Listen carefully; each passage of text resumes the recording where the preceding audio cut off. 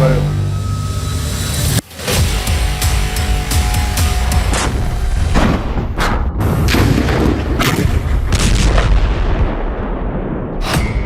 क्या 7 अक्टूबर को कतर नहीं तुर्की में बैठा था हमास का चीफ इस्माइल हानिया।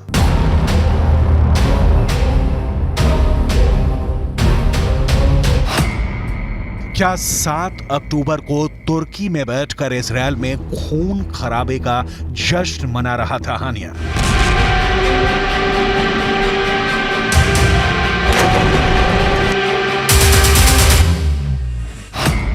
क्या तुर्की की जमीन से रची गई थी इजरायल पर हमास के हमले की साजिश?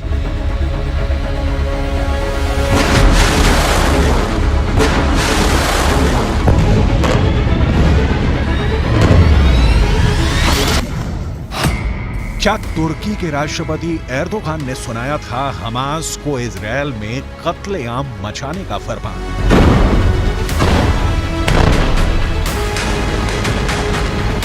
इन सवालों ने अमेरिका से लेकर ब्रिटेन, फ्रांस और जर्मनी समेत दुनिया के 31 देशों को हिला दिया है।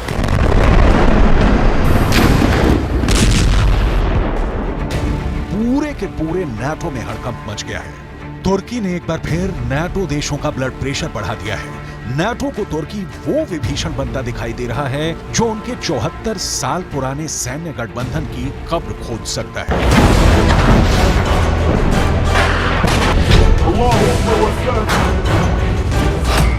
तो क्या इजरायल की जंग नाटो के टुकड़े टुकड़े कर देगी?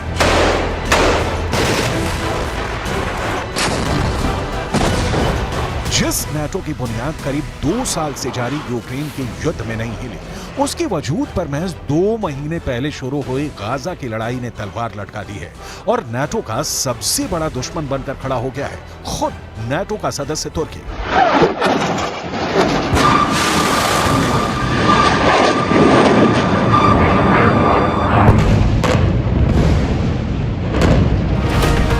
तुर्की इस जंग में खुल्लम खुल्ला हमास के साथ खड़ा है और इजरायल पर आग उगलने में लगा है।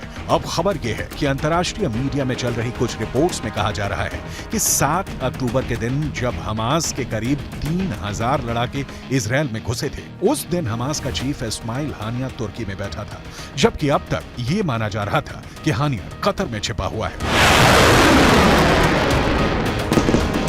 इजरायल पर हमले के दिन हानिया के तुर्की में होने की खबर को तब और हवा मिल गई जब अमेरिकी न्यूज चैनल CNN को दिए एक इंटरव्यू में तुर्की के राष्ट्रपति के चीफ सिक्योरिटी एडवाइजर ने इस बात से सीधे सीधे इनकार नहीं किया।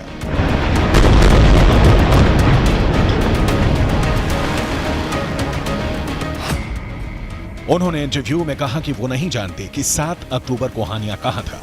हो सकता है वो तुर्की में हो। मुद्दा ये नहीं है कि हमास के नेता किस वक्त कहां हैं। मुद्दा यह है कि हम इस जंग को कैसे रोकें। तुर्की के राष्ट्रपति के चीफ सिक्योरिटी एडवाइजर के इस बयान ने अमेरिका और नाटो के ज़हन में तुर्की के खिलाफ काफी वक्त से पैदा शक को पुख्ता कर दिया, क्योंकि हमास के नेता बेधड़क बिना किसी रोक टोक के तुर्की में जब चाहे आ सकते हैं, जब चाहे वहां से जा सकते हैं। तुर्की में उनके स्थायी ठिकाने हैं और खुद तुर्की के राष्ट्रपति के हमास के नेताओं के साथ निजी रिश्ते हैं। अभी जुलाई में ही इस्माइल हानिया इस्तांबुल में तुर्की के राष्ट्रपति से भी मिला था। इसीलिए कुछ दिन पहले खबर आई थी कि इजरायल की खुफिया एजेंसी मोसाद और सुरक्षा एजेंसी शिन बेत हमास के नेताओं को मौत के घाट उतारने की प्लानिंग में है, फिर चाहे वो दुनिया के किसी भी कोने में क्यों न छिपे। इस पर तुर्की के राष्ट्रपति ने इजरायल को सीधी धमकी दे दी थी कि अगर तुर्की की जमीन पर हमास के नेताओं को एक खरोच भी आई तो इजरायल को एक बहुत बड़ी कीमत चुकानी पड़ेगी। तुर्की वैसे है तो नाटो का सदस्य, लेकिन नाटो के बाकी देशों से उसकी कुछ खास नहीं पड़ती है। यहां तक कि नाटो की अगुवाई करने वाले अमेरिका तक को आंख दिखाता है और उनकी बात नहीं मानता है। यहां तक कि जर्मनी से भी तुर्की के अच्छे रिश्ते नहीं है और ग्रीस से तो उसकी जंग होते होते बची है।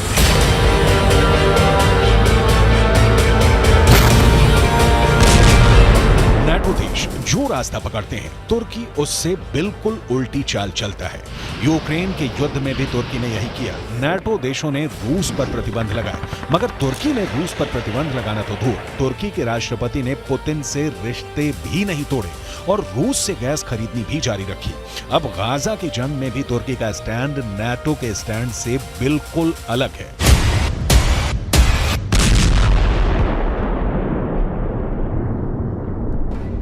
इजरायल पर हमला होते ही अमेरिका, फ्रांस, ब्रिटेन और जर्मनी जैसे बड़े बड़े नाटो देश हमास पर बुरी तरह भड़क गए थे। बिना वक्त गंवाए उन्होंने इजरायल से हमदर्दी जताई और इस लड़ाई में उसके पीछे खड़े हो गए।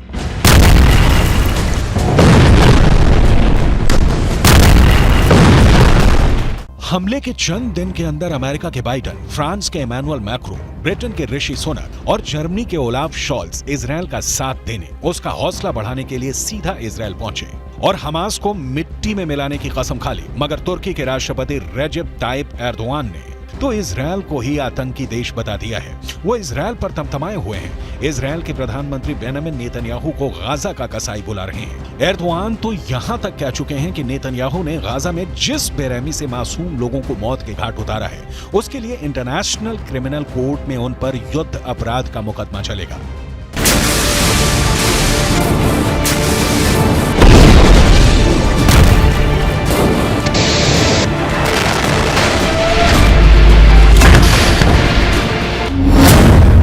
तुर्की और इजरायल के कूटनीतिक रिश्तों में पहले से ही खटास थी और गाजा की जंग ने दोनों देशों के बीच की खाई को और गहरा कर दिया है।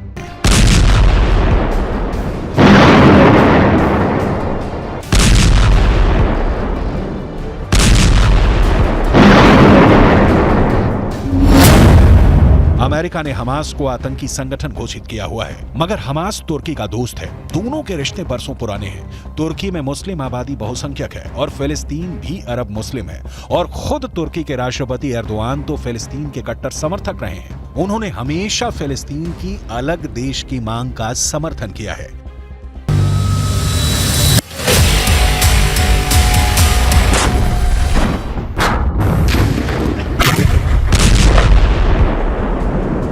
अमेरिका तो ये तक दावा करता है कि उसके पास सबूत हैं कि तुर्की फंड जुटाने में हमास की पूरी तरह मदद करता है। इस वजह से अमेरिका तुर्की पर हमास के रिश्ते तोड़ने का जबरदस्त दबाव बनाने में लगा है, मगर तुर्की के सिर पर तो जू तक नहीं रेंग रही है। उल्टा तुर्की हमास के लड़ाकों को फिलिस्तीन की आजादी के लिए लड़ रहे स्वतंत्रता सेनानियों का तमगा दिए बैठा है।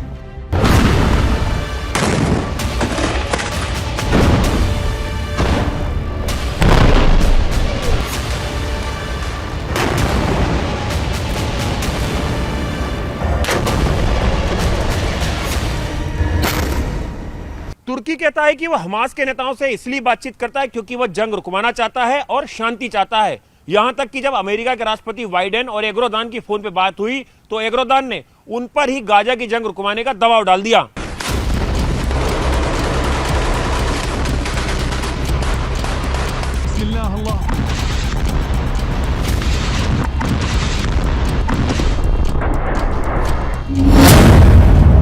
तुर्की के इन्हीं तेवरों ने अमेरिका और नाटो के सिर में दर्द किया हुआ है। इसलिए सवाल यह है कि फिर भी अमेरिका तुर्की के आगे बेबस क्यों है? क्यों वो तुर्की के नखरे सह रहा है? तो ये बात है कि अमेरिका और नाटो का तुर्की के बिना गुजारा नहीं और तुर्की उनकी इस मजबूरी का फायदा उठाने में लगा है।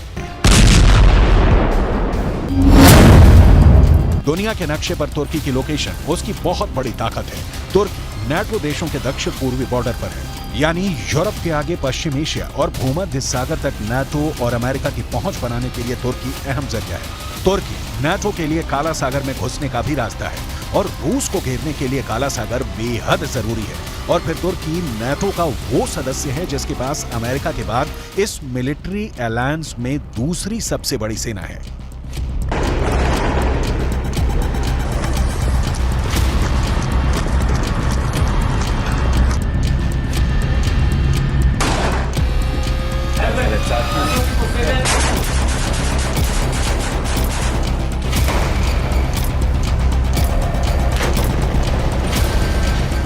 और तो तुर्की नाटो के लिए जमीन पर और समंदर में भी अड्डे मुहैया करा सकता है। ऐसे में नाटो और अमेरिका तुर्की जैसे देश को खोने का खतरा नहीं उठा सकते, क्योंकि उनके रूस और चीन जैसे सबसे बड़े दुश्मन तुर्की को अपने खेमे में लेने के लिए तैयार खड़े हैं।